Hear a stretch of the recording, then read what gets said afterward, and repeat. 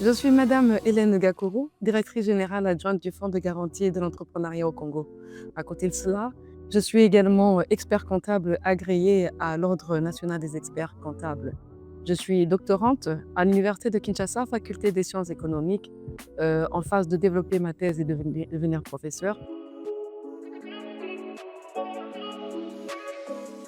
Alors, parlons de mon parcours. J'ai terminé à l'Université de Kinshasa, faculté des sciences économiques, où j'ai décroché ma licence. Une fois terminée, je me suis lancée directement dans le monde professionnel. J'ai travaillé à Finca comme agent de crédit.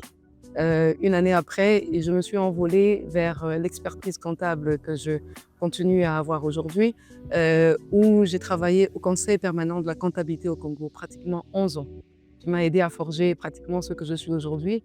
Pendant ces 11 années, j'ai pu également forger d'autres formations en faisant des formations à l'extérieur du pays, en Belgique. J'ai fait des formations aux États-Unis, j'ai fait des formations également en Afrique du Sud, plusieurs autres formations qui m'ont permis de pouvoir asseoir ma profession à ce jour.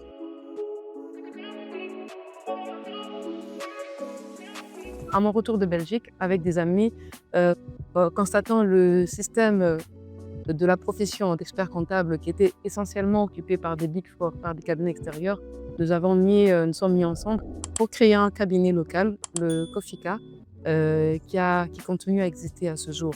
Heu, de mon parcours ensuite, vers Madagascar, je me suis retrouvée ici, au FOGEC, où j'occupe la fonction depuis pratiquement 4 ans. Je suis entrepreneur, j'aime le dire, mais entrepreneur de service, parce que j'ai un cabinet avec des amis où j'ai eu à gérer le cabinet pendant une année avant que je puisse m'envoler vers Madagascar. Mais à ce jour, je suis toujours associée de ce cabinet et nous nous battons ensemble. Nous sommes 5, 6, où nous mettons nos forces ensemble pour que ce cabinet puisse avancer.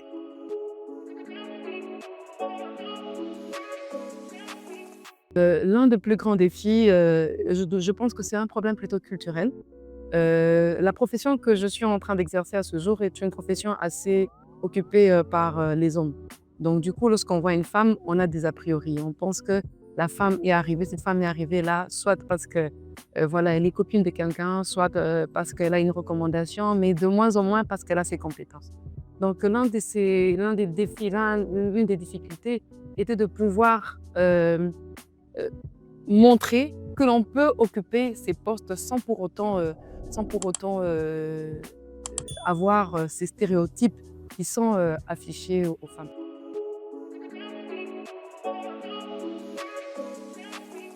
Bon, j'étais jeune, et j'étais une femme, donc du coup, le directeur financier qui était en face de moi avait eu, tendance à me diminuer et disant: «Bon, bah, c'est une femme, qu'est-ce qu'elle veut rapporter?» Et là, face à cela, je pense que je n'avais qu'une seule chose, le silence. Je me suis dit: «C'est le silence qui va parler, mais c'est quoi qui va réagir? C'est plutôt mon travail, c'est mon professionnalisme».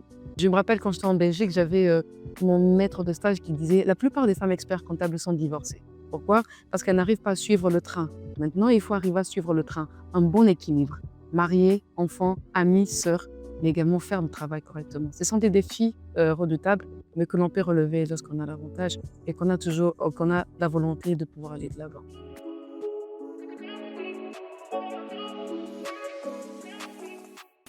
Je me rappelle, j'allais en terrain avec certains en visite terrain. On arrive quelque part, là, on était en Jeep, en 4x4, et la route était tellement difficile. Et les collaborateurs me disent: «Non, madame, il faut qu'on fasse demi-tour». Ah, j'ai dit: «Non, non, on veut faire demi-tour pourquoi? Parce que la voiture n'arrive pas à atteindre». J'ai dit: «Non, non, c'est en ce moment-là qu'on a besoin de trouver une solution. Quelle est la solution? Regardons autour de nous, quelle est la solution?» «Oh non, mais madame, on ne peut pas prendre de moto». J'ai dit: «Si, on va prendre la moto».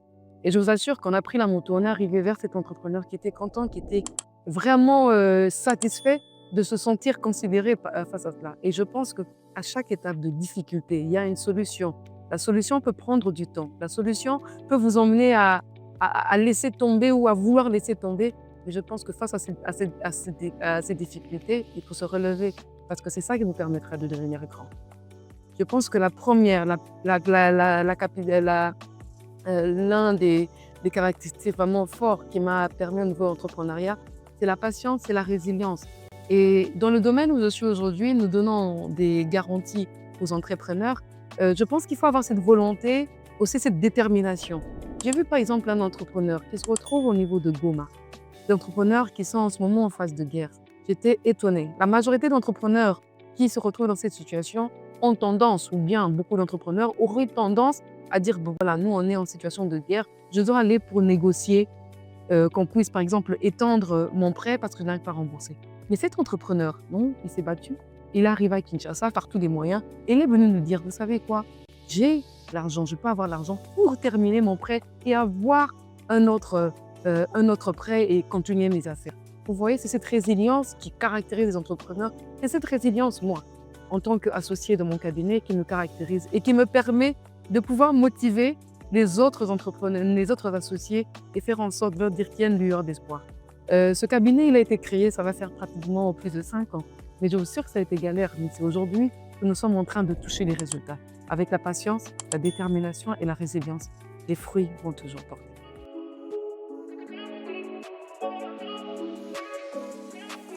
L'erreur, je pense que c'était la confiance, hein. Bon, est-ce que c'était une erreur, le fait d'être un peu sûr que les choses vont aller marcher? Je pense que l'erreur que nous avions faite, c'est qu'on n'avait pas bien analysé le marché. Vous voyez, on était sûr. Regardez, le cabinet est fait des personnes de compétences. C'est pas pour nous vanter, mais la plupart de ses associés, on a un background qui est fort, qui est totalement établi. Donc, on pensait que lorsqu'on allait créer le cabinet, on allait directement avoir des marchés. Voilà, ce serait la belle vie. On était jeunes. Après, on est jeunes, on a le droit de rêver.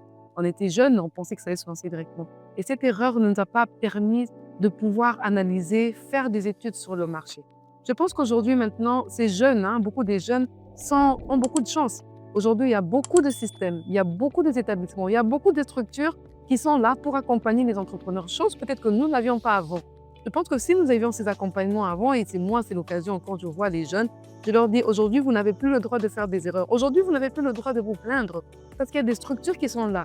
Vous avez besoin d'accompagnement, vous avez besoin de voir comment créer, comment faire un business plan. Il y a des structures qui sont là pour vous accompagner.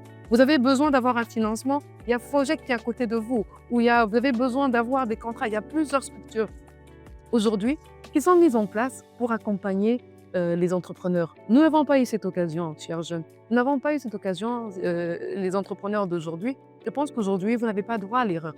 Faites de vous accompagner. Souvent, les gens ont peur de l'argent, mais peut-être ce n'est pas question d'argent. Il faut peut-être approcher, avoir l'information, et cela vous aidera à ne pas commettre les erreurs que nous avons connues aujourd'hui.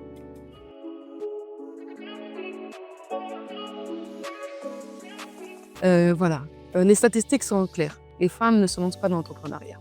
Celles qui se lancent dans l'entrepreneuriat, la majorité sont essentiellement dans des petits commerces qui ne sont pas à grand essor.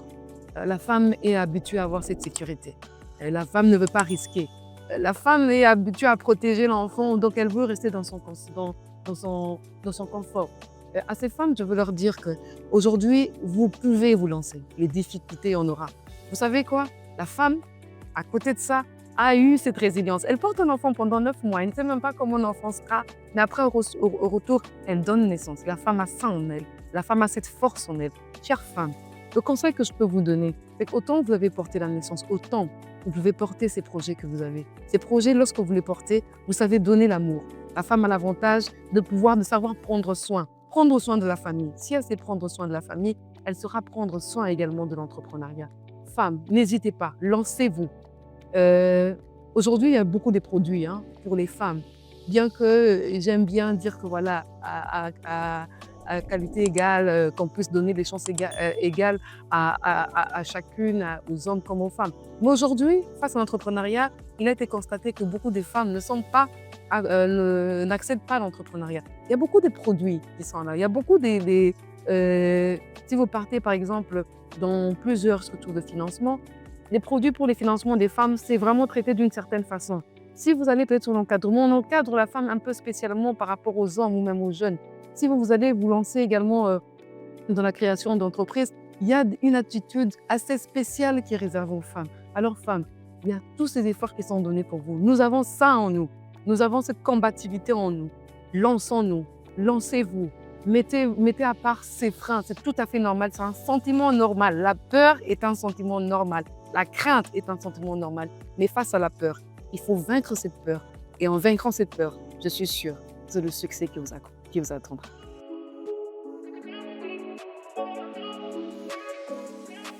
Alors, maintenant, dans 5 ans, nous avons vraiment l'avantage, nous avons la vision de devenir vraiment une très grande structure. Euh, Nous avons commencé déjà à avoir certains marchés. Nous sommes en train de pouvoir recruter du personnel qui sera au niveau où nous sommes. Euh, Faut-il aller doucement? Faut-il aller rapidement? Mais nous sommes en train de trouver le juste milieu. À ce stade, nous sommes en train de pouvoir acheter des marchés à gauche, à droite. Nous sommes en train de former du personnel qui arrivera à être à la hauteur.